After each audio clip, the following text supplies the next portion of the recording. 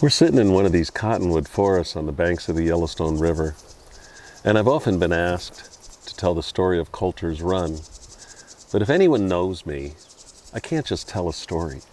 I have to tell all the events that are taking place around the story. I have to give some background to this.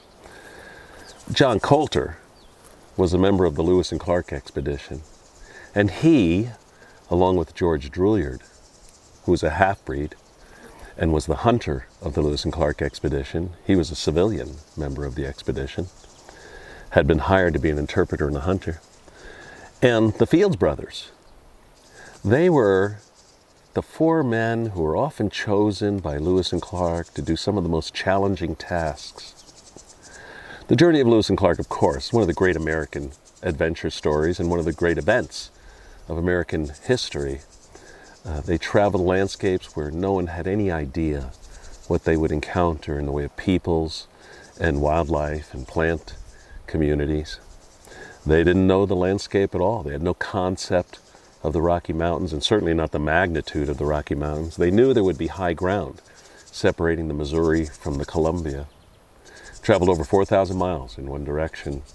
Wintered 1804-05 with the Mandan Indians, right about roughly where Bismarck, North Dakota is today, on the banks of the Missouri River, where there was a village of about 3,000 people, by the way, and a short ways downstream, another village of 3,000 people. In addition, an abandoned village, which Meriwether Lewis noted in his journals may have been fortified. And it's possible that that village had been abandoned because of smallpox. The Fields brothers, John Colter, George Drouillard, they really were some of the truly excellent hunters, explorers, negotiators with Indians, and again, the whole expedition, all the members of the expedition, of which there were 33 people that went all the way to the West Coast, including York, William Clark's slave, including Sacagawea, often referred to as Sacagawea, who was probably about 15 or 16 years old at the time and was bringing her infant son with her, Jean-Baptiste, and her husband, who was probably the oldest member of the expedition, Toussaint Charbonneau. Charbonneau was a trader living at the Mandan and Minatari villages. The Minatari were a sub-tribe of what are often referred to as the Sioux or the Hidatsa, a little more accurate term there. And the Hidatsa were a true nomadic tribe. The Mandans were a sedentary tribe. They practiced agriculture. They grew corn and squash. They lived on the banks of the Missouri River. They lived in earthen lodges, whereas the Siouan cultures were more nomadic. In any case, but I'm just trying to give you some of the background of what's going on. Lewis and Clark come up, they're heading for the West Coast. They winter 1804-05 at the Mandan Indian villages, set up their camp on the opposite side of the Missouri River from the Mandans. They wanted to have a little bit of self-protection, built a fort, name it Fort Mandan. They're visiting with everyone. They're saying, anyone who knows anything about what's upstream, come and visit with us. We would like to know what's up there. And they're giving gifts in many cases, and they're probably giving gifts for information as well. Charbonneau shows up. He brings with him his two young Shoshone wives, one of whom is Sacagawea, and she's pregnant at that time, probably 15 or 16 years old, as I say. She's Shoshone. His other Shoshone wife, the Shoshone, lived essentially where I'm sitting right now on the bank of the Yellowstone, all the way over to the Three Forks and then to the Continental Divide. They too were a nomadic people. The Shoshone at the time, just prior to Lewis and Clark, and at the time that Lewis and Clark came to this area, were being heavily attacked by other tribes that were attempting to gain war honors, that would steal women and children, that would steal horses. They did not have the access to the guns that a number of the other tribes that were living on the Missouri River did have access to sooner, and so they were destitute at the time. Sacagawea and her family were camped at the Three Forks of the Missouri River, where the Gallatin, Madison, and Jefferson rivers come together, those three rivers named by Lewis and Clark when they finally got there, and when she was attacked and taken captive and taken all the way over about 300 miles further to the east to the Missouri, where she eventually becomes the wife of Toussaint Charbonneau. All along the banks of the river, the Missouri, the Yellowstone, these cottonwood forests were great places for the natives to camp set their villages in the winter time.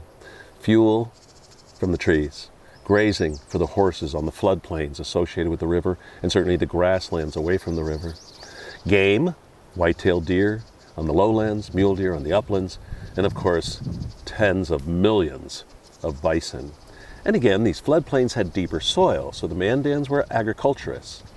And the Mandans, since they were sedentary, were essentially a middleman for trade with the whites. Nomadic tribes would come to the Mandans. The Mandans would provide housing and comfort and cultural experience and certainly joy, gambling, horse races, trade for the whites. So they essentially were sedentary, and other tribes would come to them. And of course, when Lewis and Clark arrived there, they're welcome. Now it happened at the Mandan villages. There were already French trappers and traders living there. Toussaint Charbonneau is one example. British traders from the Hudson's Bay Company, some of whom were actually French representatives of Hudson's Bay, were coming south and living and visiting with the Mandan as well. And of course, again, other tribes would come to that area at times. Now, not many whites had traveled further upstream. Very few. First documentation of a white man seeing the junction of the Yellowstone, or even talking about the Yellowstone, would have been in the late 1700s. So not many had gone past the mouth of the Yellowstone. And Lewis and Clark, visiting with these guys, say, what are we going to see when we go upstream? And they're told, you'll see a river coming in from the south, and the French trappers refer to it as the Roche Jaune. From the Mandan villages, they send the keel boat downstream. The river's getting more and more shallow, the gradient getting more and more steep as they continue upstream.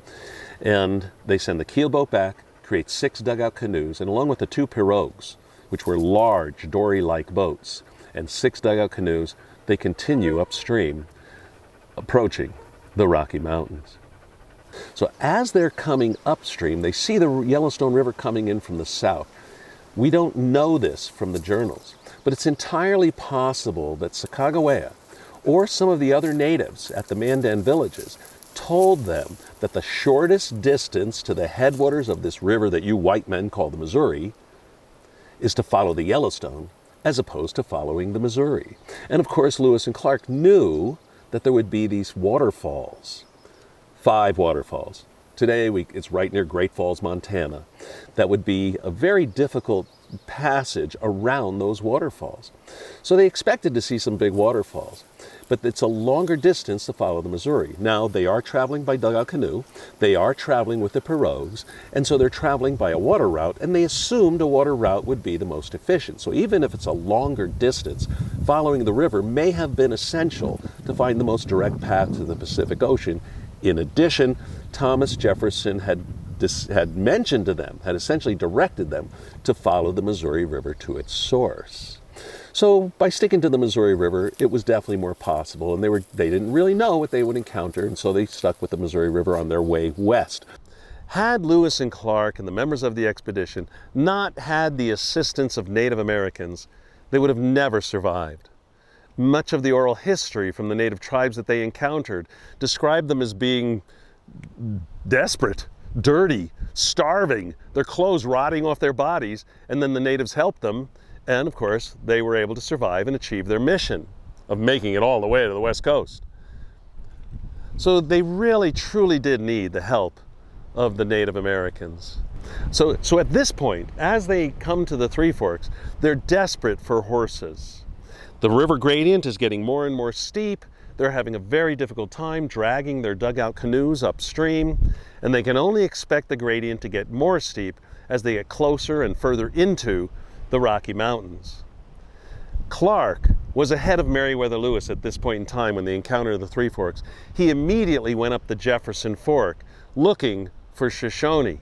He crosses over to the Madison River and then comes down the Madison River. It was July 1805. He comes down the Madison, he gets to the Three Forks. In the meantime, Lewis, who was with the water party at that time, comes up the Missouri, gets to the Three Forks, sees a note from William Clark, realizes Clark is further upstream, and Lewis climbs a high limestone bluff which overlooks the Three Rivers valleys. Today we call that point Lewis Rock. Meriwether Lewis describes himself in the journals as climbing that rock and drawing a map of the configuration of the rivers and how they converge to create the Missouri and the entire valley. Today, we have no idea where that map is. That map may be non-existent, but you never know when things can show up. Maybe it's still secreted away somewhere and no one knows where it is. But we know from his journals that Meriwether Lewis drew a map of the entire valley, though that map at present is not existent. Today, we call that point Lewis Rock. Lewis describes below himself the juncture of the Gallatin and the Madison, and how there's a high limestone bluff, which would be a suitable site for a fortification. Today we call that limestone bluff Fort Rock. From Lewis Rock, from Fort Rock is part of Headwaters State Park, but from these two high points, it's very easy to see how the rivers converge and where the Missouri is created by the junction of the Madison, Gallatin, and Jefferson. It's very easy to look out over the valley and try to imagine the elk, the deer, the beaver, the abundance of cottonwoods, the occasional black bear, grizzly bear, puma or mountain lion, the wild geese. All of these described in the journals as being present in this local area. Just a lush, truly productive landscape. As William Clark enters this valley, roughly from where I'm standing now, he sees a plain which had recently been burned. And it may have been ignited by natives who were warning, by Shoshone presumably, who are warning their own people about the approaching of this unknown group of white men who are certainly every once in a while banging guns. And so they may have been afraid. At the time that Lewis and Clark encounter the Shoshone, they're destitute. They've been attacked numerous times by the Minotari, a Siouan tribe, or Hidatsa, Lakota, tribes of areas further east on the Great Plains. And the Shoshone were basically hiding out. They were suffering, they were essentially starving. But Lewis and Clark are hoping to encounter them and hoping to trade for horses to help them cross the mountains. They don't have a good idea, the members of the expedition, how extensive the mountains are. They don't know how difficult it's going to be. They've heard that there will be a lack of game for purposes of food. They know it's already July. They know it's getting late in the year. They're afraid that they may not be able to cross the mountains by the time the winter comes on. And indeed, they nearly die when they're crossing the Rockies, in particular the Bitterroots, what are today called the Bitterroot Mountains. But as it is right here, they're searching for Shoshone. They don't encounter them for days. Clark does mention that it appears that the fire had been set fairly recently. More often than not, Clark stayed with the boats. And more often than not, Lewis would have been with a land party. There was generally a land party and a water party. Water party would get the gear and the boats upstream. Land party would do the hunting for food. Land party would view the landscape from high points. Land party would collect plant specimens and animal specimens, which by all means was a task and an interest of Meriwether Lewis's. And certainly Lewis had been directed to do this by then President Thomas Jefferson, as Lewis referred to him, the author of our enterprise. So, Sacagawea was taken captive at the Three Forks. When they arrive, she tells them that she had been taken captive 5 years prior, and they camp where her village was camped at that time, at the junction of the Madison and Jefferson Rivers. And now they really do have to cross the Rockies. And it was definitely one of the most arduous portions of the entire expedition route. Now it's getting late in the fall season. They're concerned about snow. It eventually does snow. They cross the Continental Divide. They cross the Continental Divide again. They cross it again. Without going into great detail, they nearly died as they were crossing the Rockies, and then continued down the drainage of the Columbia to the west coast. They winter at what they refer to as Fort Clatsop, just like similar to Fort Mandan, they named it after the local tribe. And so at Fort Clatsop, they wintered there, the winter 05-06, 1805 to 1806, and then they return. On the way back, William Clark and Meriwether Lewis split up.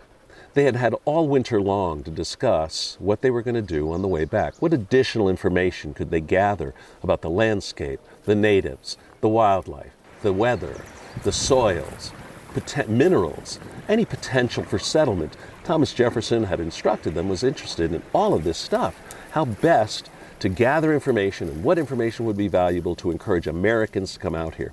Jefferson knew unless Americans would come out here, it was entirely possible that the United States would not be able to hold on to the Louisiana Purchase.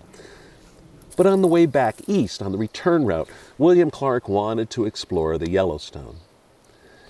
They had already seen the Missouri as well, so he wants to map the landscape. Lewis goes further north to experience the northernmost tributaries of the Missouri. On that event, they encounter 6 young Blackfeet. Some people would call them warriors. Some people would call them braves. Some people might call them boys. In that event, when they encounter them, they camp together, and unfortunately, 2 Blackfeet are killed. One on location. The other is wounded by a shot from Meriwether Lewis. He grabs his abdomen. He certainly would have died from that wound later on. If you talk to the Blackfeet today, they affirm this, and they generally refer to them as boys. Now, they were stealing the expedition's horses, the members of the expedition who were with Meriwether Lewis at the time, and Reuben Field stabs one of them, and that kills one of them. Lewis shoots the other one, and Lewis did leave. It'll sound like an oxymoron, but Lewis left a Jefferson Peace Medal, a token of peace made out of metal. He left it on the chest of one of them. I paraphrase, but so that they would know not to trifle with the Americans. That may have turned the Blackfeet against the Americans. Some people say the British turned the Blackfeet against the Americans. Killing 2 of them didn't help. Regardless, Clark goes down the Yellowstone. He gets to the junction of the Yellowstone and the Missouri River. He waits for Lewis to come down. Lewis comes downstream. Lewis had been severely wounded in a hunting accident in which Pierre Cruzat, who was heavily nearsighted, had been hunting elk, saw the color of an elk's body, which was almost certainly an elk's skin. It just happened to be on the body of Meriwether Lewis. And Lewis was severely wounded. The ball from Cruzat's musket went through one cheek of his rear end and out the other side. Clark, very nicely, these guys were good friends, cleaned the wound, patched it up, bandaged it, and for most of that period of time, for the remaining days to the Mandan villages, Lewis simply laid in the bottom of the canoe. Couldn't walk very well. They get together. They're on their way down to the Mandan villages. A short distance above the Mandan villages, they encounter 2 men coming upstream in canoes, Dixon and Hancock. They encounter these guys coming upstream in their canoes. And they start to visit. They all speak the same language. They start to visit, and Dixon and Hancock say, where'd you guys go? You know, they didn't know much about what Lewis and Clark had done. And when we went all the way to the Pacific Ocean, holy mackerel, Andy. Sorry, I use a contemporary line from an old TV show. And they realize that these guys know more about where they're going than they themselves know. So they return downstream to the Mandan villages with the members of the Corps of Discovery, with Lewis and Clark and the members of the expedition. And they all start to visit. Of course, Lewis and Clark were really, truly happy to get back to the Mandan villages. They got along great with the Mandans, and they did indeed want to take Native American representatives back with them to St. Louis and ultimately to Washington, D.C., which they did do, but that's another story. Regardless, they're visiting with the Mandans, they're visiting with their old friends, everybody is having a good time, and it's at that time that Dixon and Hancock invite John Colter to come back upstream with them to try to gain his fortune in the fur trade. The beaver was indeed incredibly valuable. So these guys are going downstream, they encounter Dixon and Hancock, return to the Mandan villages, and Dixon and Hancock invite John Colter to join them in their upstream journey. Certainly, Colter would have needed some traps, The members of the expedition probably carried some traps, but they probably didn't carry many. Dixon and Hancock may have staked Colter some traps. And Colter is talking about places where he has been, that he has seen. He can make recommendations as to where to camp, as to where the trapping may be best. So John Colter did what he wanted to do. He goes to Captains Lewis and Clark and he says, "Captains, I'm wondering if I can get a discharge." He's a soldier in the military. Can I be discharged so I can join these guys going upstream to attempt to gain my fortune in the beaver trade? This puts Lewis and Clark in a bit of a quandary. If they let Colter go, the other guys might want to go. But if they let Colter go and he survives, there's great chance that he will learn more about the landscape, more about the native cultures and presence, more about the soils and the climate. He's been with Lewis and Clark this entire time. He's done his job really well. They certainly feel that perhaps he deserves some compensation for that, some reward for that. They would like to let him do it. He may learn more. But if they let him go, other members of the expedition may also want to leave. And they've still got lots of ground to cover in a downstream direction. And Lewis and Clark did what they often did in situations like this, where there might have been some contested situations. They basically brought everyone together and they said, "All you guys, John Colter has asked to stay, and we would like to let him stay." And presumably they tell them why. But if we're going to let Colter stay, for Colter to stay, we have to have everyone's assurance that all of you will continue with us all the way to St. Louis. And to a man. They'll say, "Captains, we're with you." This was a group of young men who knew they were making history, who knew they were a team, who were having the adventures of their lives. They had survived this far. Right now, they're on their way back, and they're heading back as quick as they can. It's essentially been a successful expedition. Now's not the time to argue. But Lewis and Clark give John Colter his discharge. Lewis says, "Colter, when you come back to civilization, look me up, and I'll have your wages, and good luck." And that's when John Colter turns around, forsakes going back to so-called civilization, forsakes going back to St. Louis, and turns around and comes back upstream with Dixon and Hancock.